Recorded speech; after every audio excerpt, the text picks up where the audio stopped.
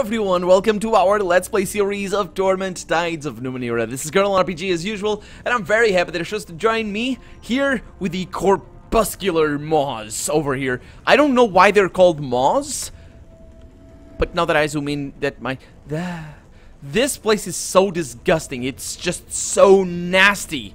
It is so nasty. I don't know if you've ever seen tentacles in a hentai.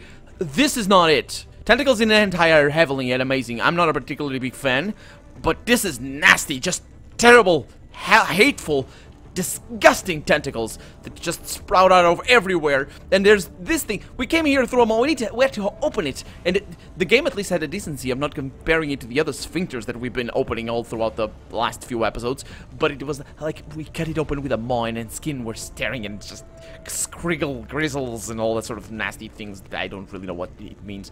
But we are in a terrible place, ladies and gentlemen. We are in the bloom, of course. Inside of the heart of the mind of the bloom or something to that extent. I'm not really sure. It's just terrible. It's just awful.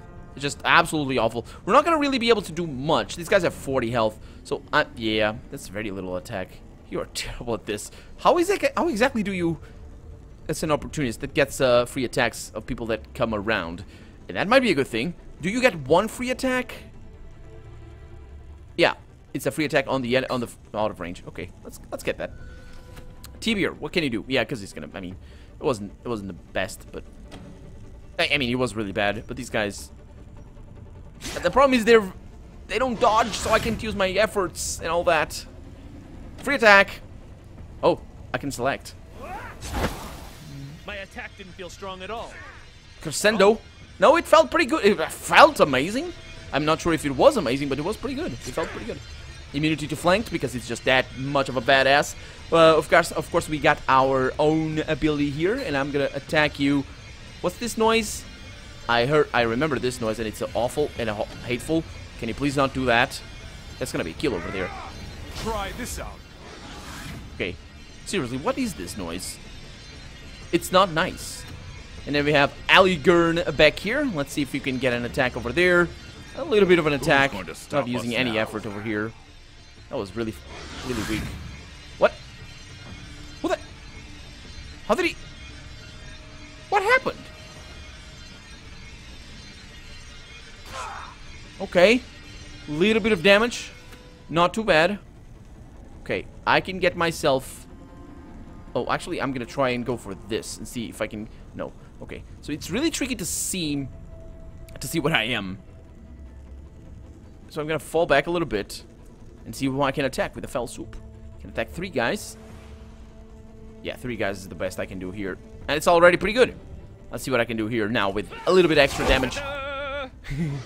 That's so cool. What are you doing? Why are you guys teleporting all over the place? Is that an ability that... It is! It's something that they do. Well, that's not gonna help you, but... Yeah, it's definitely something that's going on in here. Okay. Never felt better than I do right now. At least I'm not hearing the terrible... From before, another teleportation right there. Okay. Okay. Well, a grenade here would do wonders. That was a miss. They have me surrounded. They do, don't they? Well, you know what that means? It means we're gonna need to kill one of them. Is that really that hard? I don't think it is. Can you attack? Go for that, man. I can't attack this guy because it's too close. Oh, he didn't die? You... What? Oh, it's my turn. Okay, yeah. I was confused. Never mind. So you're gonna want... Oh no, this is a good opportunity for one of these things. Anything that does damage. I got things that do damage. I think. Yeah. Hero's Fury. Deals 36 energy damage and confers dazed per turn. That's... Oh, that's... It's not... No, that's terrible. So let's see. How much? That's not good. Oh, yeah, you can't do enough damage, so might as well go over there and get the kill. You want more of that? What the hell? Does it teleport? I don't understand. Does it teleport everybody? This is a weird place. Okay, Eratis. You are gonna go over there, and hopefully you'll get... Villains? Trouble coming your way. Yeah, that wasn't very good, was it? That wasn't very good. We're not gonna be able to attack everybody. Can I complain about the system of the game again? About the whole lack of... My attack didn't feel strong at all. That attack was the wimpiest crap ever. You are terrible. Terrible. Okay, let's see if I can kill somebody over here out of range. Why? Why do you care if you're out of range? Okay, he's gonna be... I'm banking. All right. All right. Oh, he didn't... Oh, come on. Please attack this guy. Yes! Okay. What a shame. So something happens when one of them dies, and they all get teleported. I think that's how it goes. So I can... Yeah, my ability is just amazing. I'm just so good at this. Not even spending any intellect. I didn't even get teleported there. Yeah, yeah, that's definitely when they die, something happens. But I didn't get teleported, which is weird. And then you can not finish the job, unless you crit, which you don't. Okay. Now it's my turn, and that's a kill. Okay. So yeah, we came here last episode to see what was behind the maw. It seemed that a lot of nasty creatures were behind the maw. We also got a level up last episode, but I forgot to level him up. He's now well, he was already tier 3. Let's see, ability, skill, what do you have? Running, stealth, maybe. Ability, Sucker Punch, Issue Challenge, or Feint. Let's go with stealth over there, because we don't have that. So that might be a good thing. And then everything else is kind of okay. It's fine. The game is easy enough as it is anyway. So what do we have? What do we have? We have a huge skull of clearly not a human. Because, you know, this is clearly not a human. But is it a dragon? Or is it a humanoid? Oh my god, the nastiness. Okay. Well, it's something. Let's go in here and see what this is all about. I must say, though, top-down games really like doing this. Huge skeletons. You see this in, actually, you don't see this in Baldur's Gate 1. Or do you? No, you do see it in Baldur's Gate 1. There's a... So, yeah, you see this in Baldur's Gate 1. You see this in Baldur's Gate 2. You see in Planetscape Torment, Pillars of Eternity, and those are the ones that I'm thinking of right now, but it's just huge skeletons. Actually, you see these both in the original Baldur's Pillars of Eternity and in expansion as well. And I believe you'll see that as well in the new Pillars of Eternity called Deadfire, because it's the Deadfire Archipelago. Yeah, I think so. So you'll also see that because there's things coming on. But yeah, the head of this creature was truly massive, though the flesh has been eaten away probably by the same corpuscular maws that attacked you. Parts of the skull are missing, revealing a huge glistening brain. An organic sheath still encompasses the brain. Yeah, I kind of thought that was the case. And it looks as if the brain's cranial juices have protected it from serious decomposition. Okay, well, we examined it. The brain's sheath hasn't decayed, though a strange and pungent smell emanates from it. Perhaps that's why the corpuscular maws left the brain alone. Its tissues don't seem to be badly damaged. I need to use a tidal surge. Okay, let's not mess with it for right now, because we need to look at this. Maybe I'm missing something. Whatever this creature was, its stomach was enormous. The organ pulsates, distended with gas, and something... Oh, I hope I don't open that. Distended, and something else rumbles in its depths, as if trapped. Foul acidic juices ooze from torn holes in the viscera. It hisses and steams when it drips onto bloom flesh. Sure, let's place our ear against the stomach to listen. Something inside the creature's guts is thrashing about. This is not the sound of decay, it's the sound of desperation. Let's reach into the innards and try to release whatever is trapped inside. I'm gonna take damage. Oh, this is a tough check. Well, I didn't actually see what it was all about. But I'm the best. I'm the best at this. It is a tough check. No, basic difficulty is 0. So we get inspired, level 2 of effort. Quick fingers. Oh yeah, that's a quick fingers thing. But I'm just better, so I'm just gonna spend all my... No, not you. Oh, actually you could. Huh. I think that might be even better than me. Oh yeah, it is. So yeah, you're gonna be the one. because you have so much effort. There we go. We could probably try it again, though. You reach... Yeah, some damage right there. I took the damage, though. Sure. You reach into the hole. This is not the first time it happens, either. You reach into the holes in the viscera, shoving your arms through rotting intestines, gritting your teeth against the burning pain of the acids and bile within. Finally, you feel dim movement, and you thrust your arms even deeper into the stomach, immersing yourself to the shoulder. A questing tendril touches your hand. Instinctively, you try to withdraw, but the tendril wraps tightly around your wrist. Its touch is unmistakable. I'm gonna die here. The thing that was wrapped in the stomach is a maw?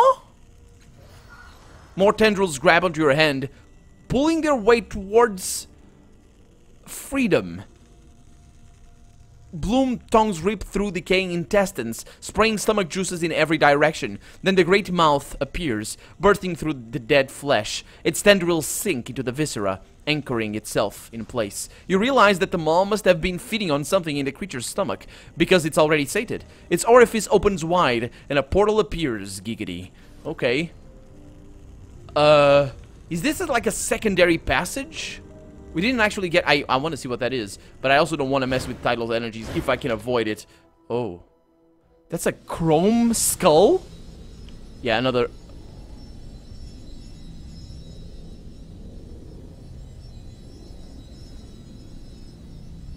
What the hell? It's a small level. Okay. Let's start with the easy things. Some of these canisters... And we got a light armor artifact. Liquid armor, actually. It's pretty good. It's pretty good. I wonder if I want to use it, actually. Let's see. So that over there... Do I have yet? I have armor. Yeah. Considerably better than this crappy thing that I have. I never upgraded this one, did I? I don't think I did. Oh, does it change the look? It does. Aw, I like that one better. This one is pretty regal as well. Oh, I can do this. I never knew. Whee! Don't we all do this? Come on. Oh, and look at the color of the tides back there. Well, now I'm a Furby now. It's got a shield at my back. That's that shield. No more. Do I have a shield at my back? It really is very ugly with the clipping. It doesn't matter. It's all fine. Also, I'm wondering another thing that I'm not gonna voice out. Don't worry. It's all fine. It's nothing relevant. What do we have here? Ooh, a star sight. Glasses. These heavy, uncomfortable-looking glasses allow it's an oddity, though. Allow a craftsman to focus on detailed work of some work. The frames are made of an unknown material that appears to move and shimmer as if organic. The lenses are an opaque black. The sky looks different from when they are put on, as if the clouds themselves are out of place, or perhaps out of time. No one is sure. This is lore mystical. Excuse me. No one is sure of the starlight's origins. Rumor has it that the faces of the wearer's enemies, known and unknown, can be identified in shapes of the strange clouds. Nah, that's just nonsense. A sweeping glove, that's a cipher. 20 damage to all enemies and pushes enemies in range back to the medium distance with a chance to deal damage if they are pushed into an obstacle. So, like a wall? Huh.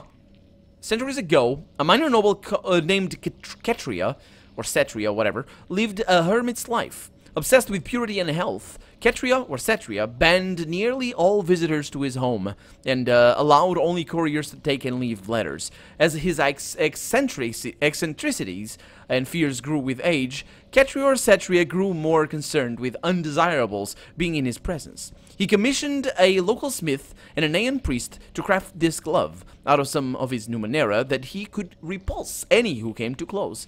Ketria or Setria died alone, and in his home, the glove unused. No one had found him interesting enough to visit. Not even the local smith and the Aeon priest, who I'm sure knew him by his name. Ketria or Setria. It's a setup. It's a cipher, so I'm gonna keep it. So this is just treasure, but this is not, of course. This little niche hardly seems worthy of its own maw. It's an ancient place of cracked, hardened flesh. The bucket contains a single human skeleton, its legs partially consumed by the bloom.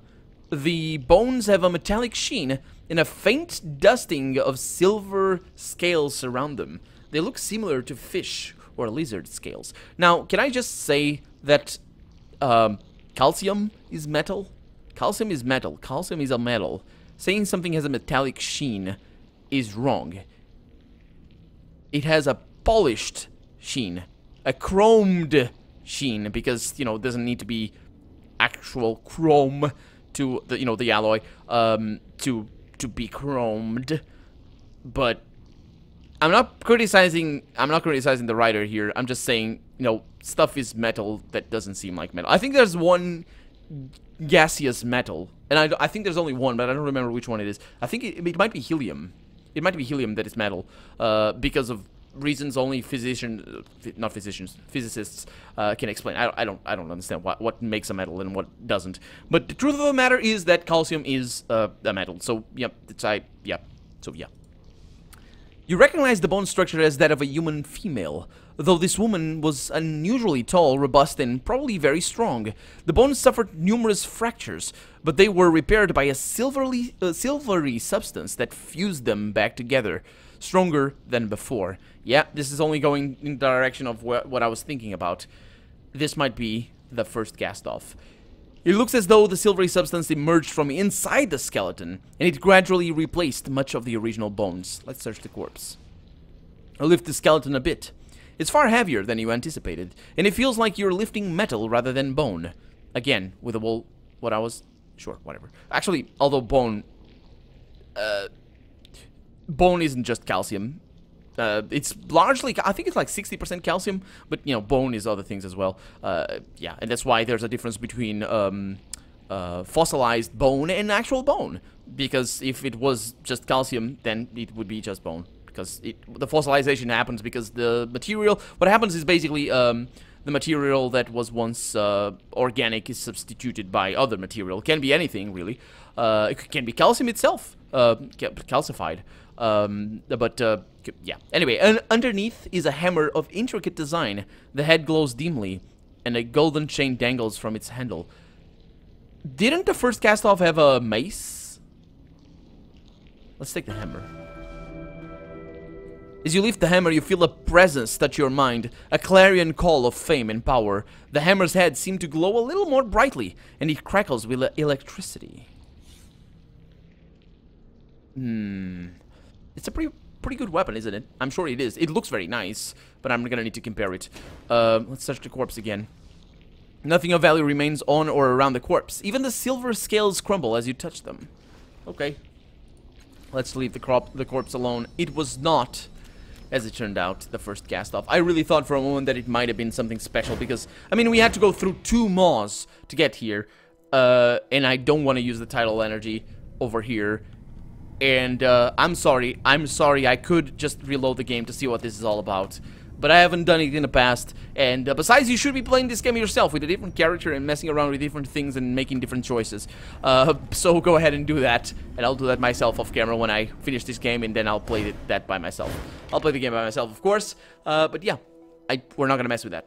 Because I don't want to use the tidal energy. Because I think that might be bad. So, let's look at the hammer. The hammer is, of course, a heavy melee weapon, which means that, yeah, that's probably gonna be for him. We got a medium over here. He doesn't like, what do you like? Yeah, he's got an ability on heavy weapons because he's got a tendinitis instead of. I'm just making things up. Don't worry. So you get that. I'm sure this is gonna be way better than that crappy run-of-the-mill weapon that doesn't do any damage, but he didn't have any better. Yeah, it's already phenomenally better. It's like, it's no comparison. My god. Just look at that. And on critical hits confers hobble to all enemies in the immediate range. It's as if he doesn't get already some pretty amazing stats or abilities and things when he gets criticals. But yeah, let's see if I can do anything here with the egg or something. I don't know what the egg is for.